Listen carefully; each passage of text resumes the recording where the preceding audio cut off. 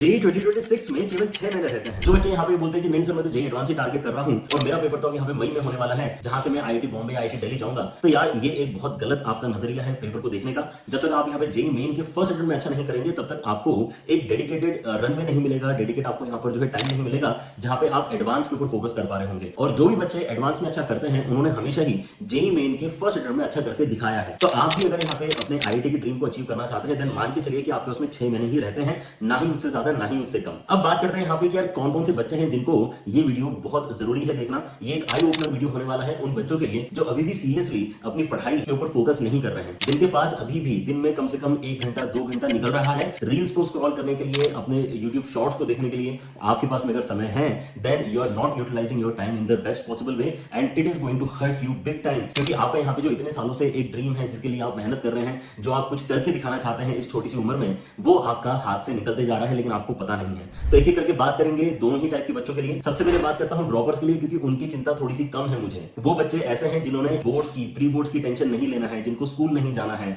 और आगे चल के उनको बोर्ड एग्जाम नहीं देना है, तो उनके पास में फर्स्ट अटेम्प्ट के बाद में सेकंड अटेम्प्ट और जेई एडवांस के पेपर तक में काफी ज्यादा एक फ्री सा एक रनवे अवेलेबल होता है जिसमें वो रिवीजन ही मोस्टली कर रहे होते हैं, बहुत अच्छे लेवल के क्वेश्चन सॉल्व कर रहे होते हैं। लेकिन तब भी पहले मैं आप लोगों को ही एड्रेस करना चाहूंगा जो ड्रॉपर बच्चे जेई 2026 देने वाले हैं, प्लीज बी कॉशियस। आप यहाँ पे जिस भी बैच में पढ़ रहे हैं या फिर जिस भी इंस्टीट्यूट में पढ़ रहे हैं, वो बैच या वो इंस्टीट्यूट आपका सिलेबस कब खत्म कर रहा है ये पता करने की प्लीज कोशिश करें। आपके सीनियर से बात करें उस इंस्टीट्यूट में या फिर उस बैच में, अगर लास्ट ईयर किसी ने पढ़ाई करी है जो आपके जानकार है तो उन्होंने कब सिलेबस खत्म किया था ये जानना बहुत जरूरी है। क्योंकि लास्ट ईयर ऐसे कई सारे बैचेस और इंस्टीट्यूट से बच्चों ने मुझे कॉन्टैक्ट किया था, उनका जो सिलेबस है वो खत्म ही फरवरी में जाकर हो रहा था। ड्रॉपर्स बैच सोचिए जब पूरी तरह से किसी के ऊपर डिपेंड करके अपनी पढ़ाई कर रही है, 1 साल एक्स्ट्रा दे रही है और वो इंस्टीट्यूट जेईई मेन के फर्स्ट अटेम्प्ट के पहले अपना सिलेबस भी कंप्लीट नहीं करा रहा है, तो रिवीजन तो दूर की बात है। ऐसे में आपका पूरा का पूरा प्रेशर है वो सेकंड अटेम्प्ट के ऊपर आ जाता है और वो एक्चुअली फिर अच्छा नहीं होता है आपके परफॉर्मेंस के पॉइंट ऑफ व्यू से, राइट। सो आपके लिए तो बस एक ही यहाँ पर बात थोड़ा सा पॉइंट आउट करना चाहूंगा। बाकी मुझे उम्मीद है कि आपने जहां पर भी ज्वाइन किया है वहां पर आपकी क्लासेस अच्छे से चल रही होंगी, आप डीपीपीज कर रहे होंगे, आप टेस्ट मिस नहीं कर रहे होंगे, क्योंकि आप यहाँ पे ऑलरेडी कई सारी गलतियां कर चुके हैं तभी आपको ड्रॉप लेने की जरूरत पड़ी है। सो होपफुली आप सेकंड बार जब ये अपनी कोशिश कर रहे हैं ड्रॉप लेकर तो वो गलतियां तो आप रिपीट नहीं ही कर रहे होंगे। बस अगर आपको लगता है कि नहीं सर ये जो आपने बात बताई एकदम ठीक है कि हमारे जो इंस्टीट्यूट है वहां पे शेड्यूल जो है वो काफी स्लो चल रहा है और आपको नहीं लगता कि सिलेबस टाइमली खत्म हो पाएगा, देन प्लीज मेरा रिकमेंडेशन ले लो। इन्फिनिटी बैच जेईई 1 का जो है वो एकदम राइट टाइम सिलेबस कंप्लीट करता है। आप अपने सीनियर से भी जाके पूछ सकते हैं and you will benefit a lot अगर आपका सिलेबस मिड नवंबर तक कंप्लीट हो जाएगा तो, क्योंकि उसके बाद में 2 महीने जब आप रिवाइज करोगे तो आपके जो एक फिनिशिंग टचेस आते हैं वो आपको ज्यादा हेल्पफुल होते हैं towards the and in improving your rank, right. So make sure that you do that. अब हम बात करेंगे जेईई 2026 के उन एस्पिरेंट्स के साथ में जो अभी 12वीं में है।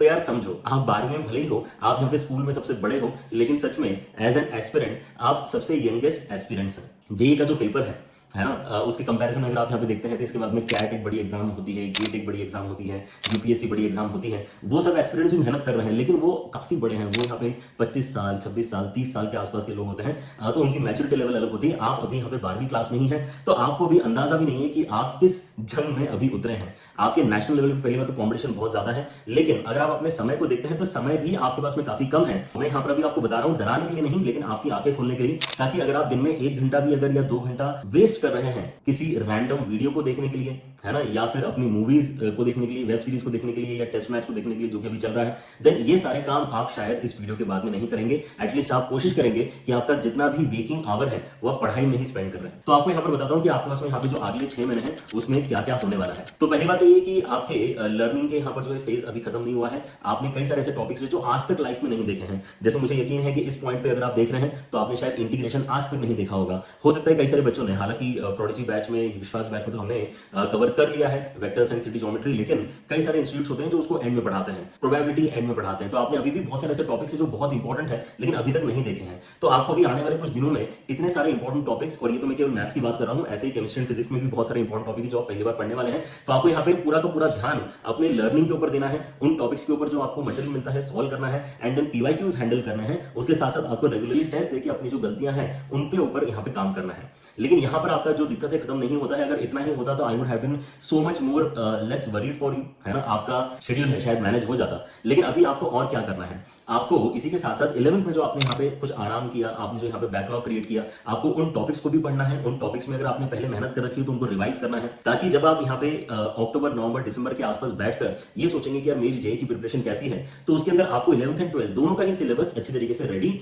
है ऐसा बोलते आएगा। लेकिन ऐसा शायद हो नहीं पाएगा, क्योंकि आप जब यहाँ पे लर्निंग कर रहे होते हैं क्लास 12 के टॉपिक्स की, तो क्लास 11th को शायद आप टच भी नहीं कर पा रहे हैं। 1 घंटा भी शायद आपका नहीं निकल पा रहा है क्लास 11th के ऊपर, जहां पे आप या तो 11th क्लास के टॉपिक को पढ़ रहे हैं नए सिरे से टू लर्न, क्योंकि आपका बैकलॉग हो गया है, या फिर रिवाइज करने की ट्राई कर रहे हैं जो आपने ऑलरेडी कर लिया है, राइट। सो ये मेरा एक डेफिनेटली एजेंडा होने वाला है कि मैं इस मामले में आपकी हेल्प कैसे कर सकता हूं, क्योंकि ये इशू जो हमारे रेगुलर विश्वास और प्रोडिज बैच के बच्चे हैं उनको भी आ रहा है, और उनको तो मैं सोल्यूशन देने ही वाला हूं। तो मैं यूट्यूब पे ही वो सोल्यूशन अगर प्रोवाइड करूंगा तो आप सब बच्चों की भी हेल्प हो जाएगी। सो द पॉइंट इज, आप एक लिंक नोट कर सकते हैं tinyurl.com/sameerjee। इस लिंक को अगर आप ओपन करेंगे तो उसके ऊपर ऑलरेडी कई सारे आपके रिवीजन चेकलिस्ट की वीडियोस आपको मिल जाएंगे, जो मैंने जेई एसेंशियल्स नाम से लास्ट ईयर किए थे, एंड उसी प्लेलिस्ट को मैं फर्दर एग्जॉस्टिव करने वाला हूं, क्योंकि इसके अंदर अभी भी कई सारे इंपॉर्टेंट टॉपिक्स हैं जो मैं कवर नहीं कर पाया था, because I started creating those videos towards the end of JEE 2025। तो मेरे पास में अब यहाँ पर जो समय है उसको मैं फर्दर एग्जॉस्टिव बनाने वाला हूं। तो इस लिंक को आप यहाँ पर डेफिनेटली याद रखें, मैं इसका लिंक आपको डिस्क्रिप्शन में भी दे दूंगा, उसको आप रिविजन के लिए रेगुलरली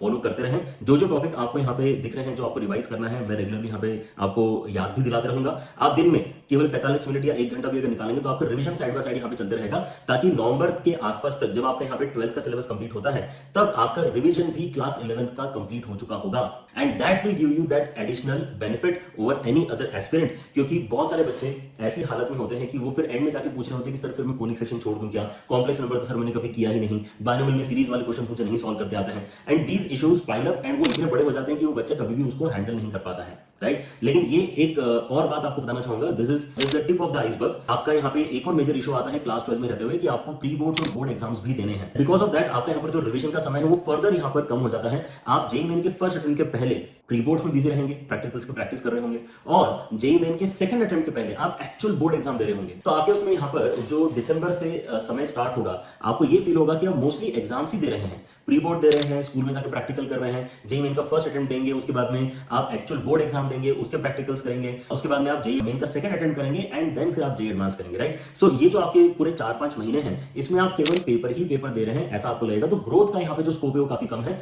आपकी जो मोस्टली ग्रोथ होती है वो नवंबर तक ही आके रुक जाती है, एंड वहां तक जो बच्चा अच्छा कर लेता है 12वीं में रहते हुए, उसका पहली बार में सिलेक्शन भी हो जाता है, अच्छी रैंक भी आ जाती है, और उसको ये ड्रॉप वगैरह वाले चिंता लेने की जरूरत नहीं पड़ती है, alright. So make sure that you are handling both the things properly. आप अगर यहाँ पे 12वीं में हैं तो अपने जो टॉपिक्स चल रहे हैं उनको इतने अच्छे तरीके से पढ़ें ताकि आपको उनको रिवाइज भी करने की जरूरत ना पड़े। आप जैसे कैलकुलस अगर पढ़ रहे हैं, अगर आप पहली बार कैलकुलस पढ़ रहे हैं, सो मेक श्योर कि आपकी लर्निंग टू द पॉइंट है, आप क्लासेस सारी अटेंड कर रहे हैं, जो भी आपको शॉर्ट नोट्स बनाने हैं तभी बन जा रहे हैं आपके क्लास के टाइम पे या क्लास के जस्ट बाद। आपको जो प्रैक्टिस के लिए डीपीपीस दी जा रही हैं, जो मटेरियल दिया जा रहा है, आप उसी को उसी समय कर ले रहे हैं। आप चैप्टर के चलते हुए ही या एटलीस्ट एक चैप्टर पीछे अपने पीवाईक्यूज को भी कंप्लीट कर लें। जैसे कि अगर मैं बात बताऊं आपको, अगर यहाँ पे लिमिट्स अगर आपका कंप्लीट हो रहा है, तो लिमिट्स अगर आपका कंप्लीट हो रहा है तो कंटिन्यूटी डिफरेंशिएबिलिटी खत्म होने के पहले आपके लिमिट्स के पीवाईक्यूज भी कंप्लीट हो जाना चाहिए, राइट। सो पीवाईक्यूज आप एक चैप्टर पीछे चला सकते हैं, लेकिन जो आपकी एक्चुअल डीपीपीज और अपने इंस्टीट्यूट का मटेरियल है वो आपका टू द पॉइंट, जब चैप्टर कंप्लीट हुआ पढ़ा के तभी आपको मटेरियल भी कंप्लीट हो जाना चाहिए। अगर आप इस तरीके से कर रहे हैं देन आपको दिक्कत नहीं आएगी। अगर आपको लगता है कि आप इसमें से कोई भी काम नहीं कर रहे हैं, देन अभी से आपने अपने स्ट्रेटजीज में चेंज करना चाहिए, और इसके लिए कोई दूसरा स्ट्रेटेजी वीडियो देखने की जरूरत नहीं है। आपको अपनी क्लासेस सही तरीके से करना है, बिना फेलियर के आपको प्रैक्टिस करना है, पीवाईक्यू सॉल्व करना है, एंड आपको अपने जो टेस्ट है उनको बहुत सीरियसली यहाँ पर अटेंड करना है, ये मान के कि जैसे कि यही हमारा जेईई मेन का एक्चुअल पेपर है। जब वो इंटेंसिटी से आप यहाँ पढ़ाई करेंगे तो आपके लिए 6 महीने काफी है, अदरवाइज 6 महीने कब आपके उड़ जाएंगे आपको पता भी नहीं चलेगा, एंड यू विल फील कि यार काश मेरे पास यहाँ पे थोड़ा सा और समय होता तो मैं जेईई में डेफिनेटली अच्छी रैंक ला पाता। Alright, so this video was just to remind you कि यार एक तो आपके इसमें समय बहुत कम है, दूसरा रिवीजन की आपकी प्रॉब्लम मैं दूर करने वाला हूँ। tinyurl.com/sameerjee ये जो लिंक है इसको ध्यान रखो और इसको फॉलो करते रहो। आपकी वीडियोस रेगुलरली आते रहेंगे, वो वहां पे पॉपुलेट होते रहेंगे, and that will ultimately help you in revision in later phases of your preparation as well. Alright, all the best. अगर आप यहाँ पे नहीं जानते हैं जेईई मेन के ऊपर हमने और भी एक इंटरेस्टिंग काम किया है, you can definitely go and check that out. हमने अब बूस्टर कोर्सेज नाम से भी एक चीज लॉन्च करी है, जहां पे आपको रिकॉर्डेड लेक्चर्स मिलेंगे, आपको प्रैक्टिस के लिए डीपीपीस मिलेंगी। So using that also if you want you can cover your backlog and you can use that for revision. Alright, आपको लगता है कि आप किसी इंस्टीट्यूट में पढ़ रहे हैं जहां पर लेट्स से आपको कोई एक सब्जेक्ट का टीचर अच्छा नहीं है, दो सब्जेक्ट अच्छे हैं, तीसरे सब्जेक्ट में दिक्कत आ रही है, तो उस पर्टिकुलर सब्जेक्ट के आप यहाँ पे जो है बूस्टर कोर्सेज ले सकते हैं, ताकि आपका फोकस बस उतना ही डाइवर्ट हो जितनी की सच में आपके लिए आवश्यकता है। Alright, so that's it for the day. See you guys later. आपके साथ में यहाँ पे एकेडमिक वीडियोस बहुत सारे मैं लाने वाला हूँ, तो चैनल के ऊपर बने रहें। अगर आपने चैनल को सब्सक्राइब नहीं किया तो सब्सक्राइब कर लो और वीडियो को लाइक करो, क्योंकि ये पक्की है बात कि आपका एक आई ओपनर वीडियो इस टाइम पे आना बहुत जरूरी था और इसने आपको एक अच्छा डायरेक्शन देने का काम किया ही किया है। Alright, take care, bye bye.